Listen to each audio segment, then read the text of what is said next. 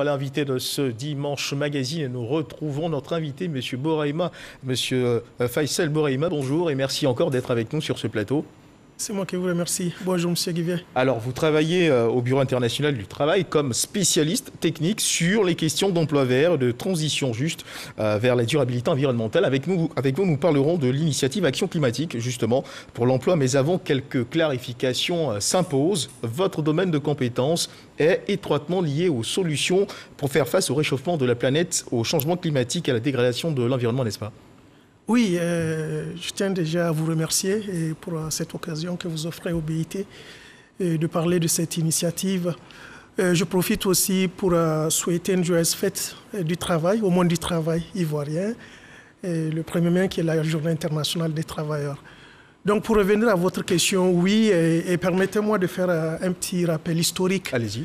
Et vous savez, en 2015, il y avait eu ce qu'on appelle la COP 21. La COP, ça veut dire juste conférence des parties. Les parties, ce sont les pays signataires de la Convention cadre des Nations Unies sur le changement climatique. Donc il y avait eu cette conférence en 2015 qui a abouti à ce qu'on appelle les accords de Paris.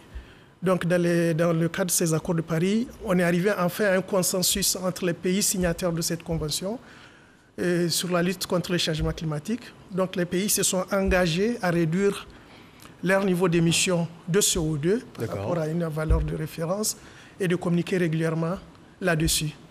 Donc la Côte d'Ivoire était présente à cette conférence et elle s'était engagée à réduire ses émissions de CO2 de 28% par rapport au niveau de 2012. Donc c'est après cette conférence qui avait eu le mérite de mettre l'accent sur la nécessité de la création du travail décent et d'une transition juste dans le cadre des efforts de réduction des émissions de CO2. C'est après cela qu'avait suivi ce qu'on appelle la COP 25, c'est-à-dire cette même conférence des parties, mais qui avait eu lieu à Madrid en 2019. Donc c'est quoi la particularité de cette COP 25? C'est que c'est au cours de la COP 25 que le secrétaire général des Nations Unies, M. Guterres, et le directeur général du BIT, M. Guy Ryder, ont présenté ce qu'on appelle l'initiative climatique pour l'emploi. Donc c'était ça la particularité de cette COP25. Et toute cette action que nous faisons s'inscrit dans le cadre effectivement de cette initiative. Et dans tout cet écosystème, il est également question d'emploi vert. Alors des termes qui nous paraissent assez techniques. Qu'est-ce qu'un emploi vert? Qu'est-ce que c'est qu'un emploi vert? Merci beaucoup. Au jour d'aujourd'hui, il n'y a pas de définition universelle et des emplois verts. Mais disons, au niveau du BIT, nous avons ce que nous pouvons appeler une définition statistique ou une définition de travail des emplois verts. Donc, pour le BIT, pour qu'un emploi soit vert, il faut qu'il soit d'abord décent. C'est vraiment le cœur de notre action. Et qu'est-ce qu'on entend par emploi décent? Un emploi décent, c'est un emploi qui respecte déjà les normes internationales du travail, auxquelles les pays ont librement souscrit, que ce soit un travail librement choisi, productif, avec un revenu décent, dans lequel vous n'êtes pas discriminé, donc il y a une égalité des chances pour tout le monde. Vous avez une protection sociale, vous et votre famille, et vous avez le droit de vous organiser, de vous syndiquer, d'avoir une négociation collective, le droit aussi à la santé et à la sécurité au travail. Donc pour nous, ça c'est le préalable. Maintenant, c'est seulement après la dimension travail décent qu'un travail peut être vert par deux dimensions. La première, c'est soit vert par ce qui en résulte, le produit. Par exemple, vous faites un travail décent dans lequel vous produisez des panneaux solaires. Donc ça veut dire que l'output, c'est un produit vert. Donc ce travail peut être qualifié de vert. Mais le travail peut être aussi vert à travers la manière de faire, c'est-à-dire vous produisez des produits tout à fait conventionnels, mais dans le processus, le procédé de fabrication, vous utilisez moins de ressources, moins d'énergie, vous générez moins de déchets. Donc vous faites des activités qui protègent l'environnement. Donc c'est soit par l'output ou par le procédé. Donc c'est cela la définition statistique des emplois verts, au sens du BIT. Et justement, pour élargir notre champ de compréhension et celui de nos téléspectateurs, notre reporter, Mamadou Kouassi nous propose cet élément. C'est en septembre 2019, à New York, aux États-Unis, que la Côte d'Ivoire, à l'instar des 46 pays du monde entier, dont 9 africains, s'est engagée pour un plan national de transition juste, ce qui recommande la création d'emplois verts et décents. Mais bien avant cet engagement, diverses initiatives ont été menées en vue d'accroître cette économie verte. Des métiers qui viennent juguler la problématique du chômage chez les jeunes et divers secteurs d'activité ont été identifiés comme propices à la création d'emplois verts en Côte d'Ivoire. Il s'agit entre autres de l'agriculture, de l'élevage et de l'industrie. Selon l'Organisation internationale du travail, l'économie verte favorise des emplois décents en contribuant à la préservation, la restauration et l'amélioration de la qualité de l'environnement. Les différentes COP, conférences des parties depuis 2015, ont mis un accent particulier sur la résilience à travers la lutte contre le réchauffement climatique. Et les emplois verts vont contribuer efficacement à mener ce combat du changement climatique. Plusieurs emplois ont été identifiés, notamment le ramassage, le traitement et la transformation des ordures ménagères, mais également le reboisement ou encore la création de petites unités de production d'énergie, aussi bien en zone urbaine que rurale. La première stratégie est la valorisation des résidus agro-industriels issus d'un processus de transformation de matières premières agricoles locales. Ces résidus sont déjà utilisés comme combustible à des fins d'autoproduction de vapeur et d'électricité, réservés au processus industriel. L'agro-industrie ivoirienne en a une longue expérience et les exemples sont multiples et diversifiés. En Côte d'Ivoire, l'agriculture reste le premier fournisseur d'emplois verts. Mais comment valoriser davantage cette économie verte en Côte d'Ivoire ? Alors justement, M. Bourahima Faisal, à travers cet élément de Mamadou Kouassi, on comprend aisément que la notion d'emploi vert est intimement rattachée à celle d'économie verte. Vous confirmez ? Je confirme. Et peut-être permettez-moi de donner un peu la définition que le programme des Nations Unies pour l'environnement donne à l'économie verte. D'accord. De manière assez simple, l'économie verte, c'est une économie qui permet de promouvoir le bien-être humain, donc l'équité sociale, l'inclusion sociale, mais tout en diminuant les risques sur l'environnement.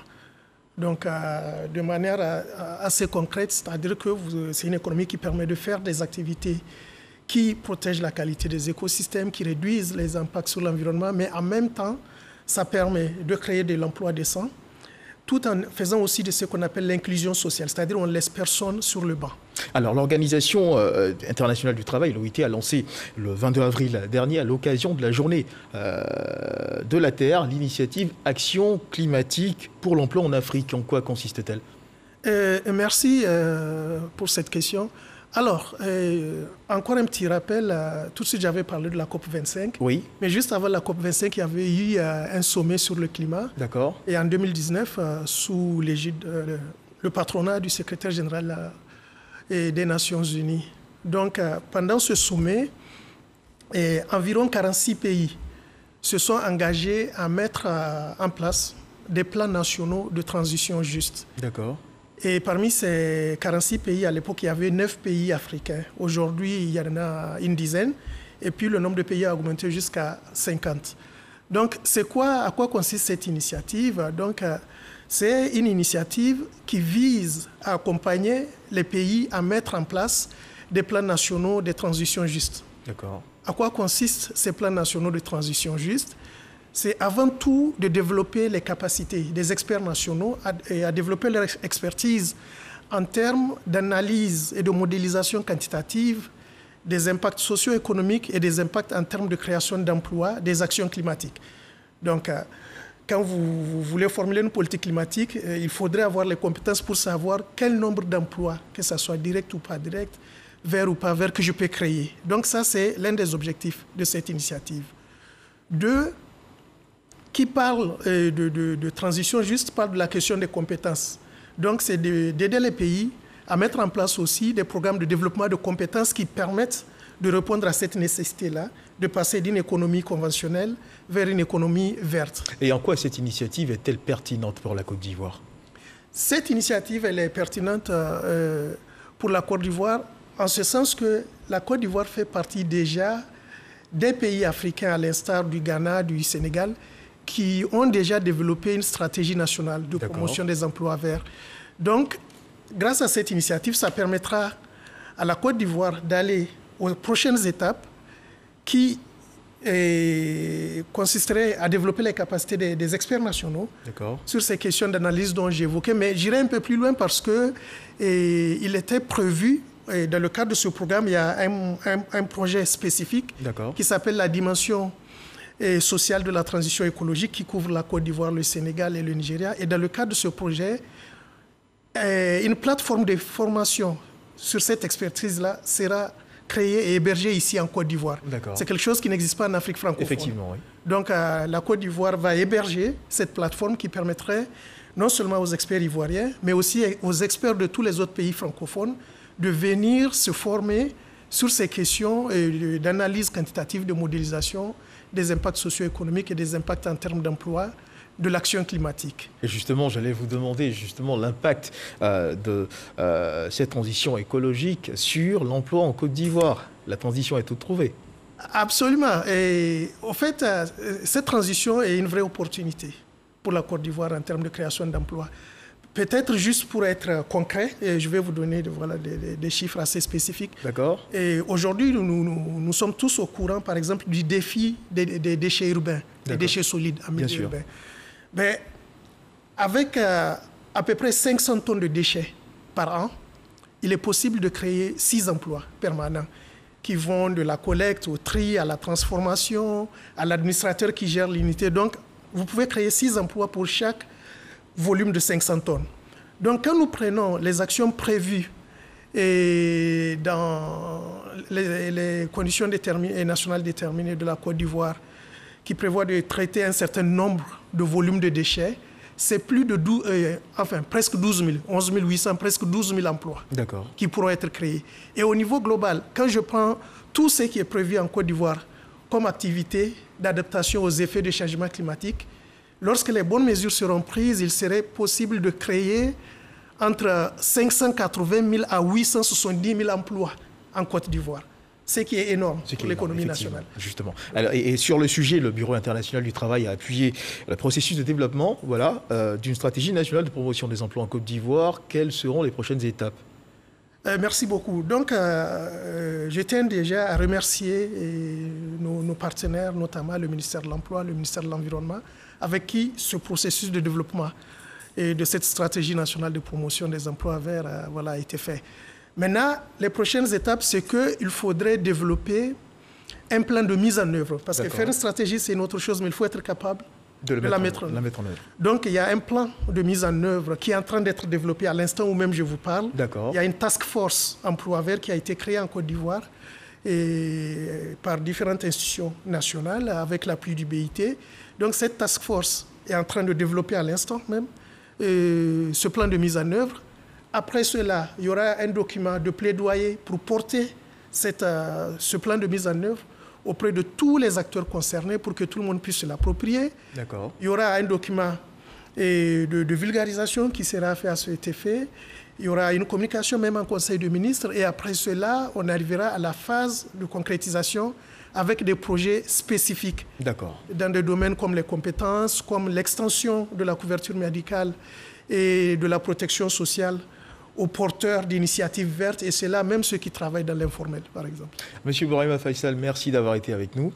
Merci beaucoup. Et c'est sur ces mots que cet entretien s'achève. Je rappelle que nous recevions dans le cadre du Dimanche Magazine de ce 13h, Monsieur Faisal Bourema est spécialiste technique sur la question d'emploi vert, et de transition juste vers la durabilité environnementale au Bureau international du travail, avec lequel nous avons parlé du projet de l'action climatique pour l'emploi qui s'inscrit dans l'initiative Action climatique pour emploi en Afrique, lancée le 22 avril dernier à l'occasion de la Journée de la Terre par l'Organisation internationale du travail à Abidjan. Merci de nous avoir suivis. Cette édition est terminée. Agréable début de soirée. Dieu garde la Côte d'Ivoire.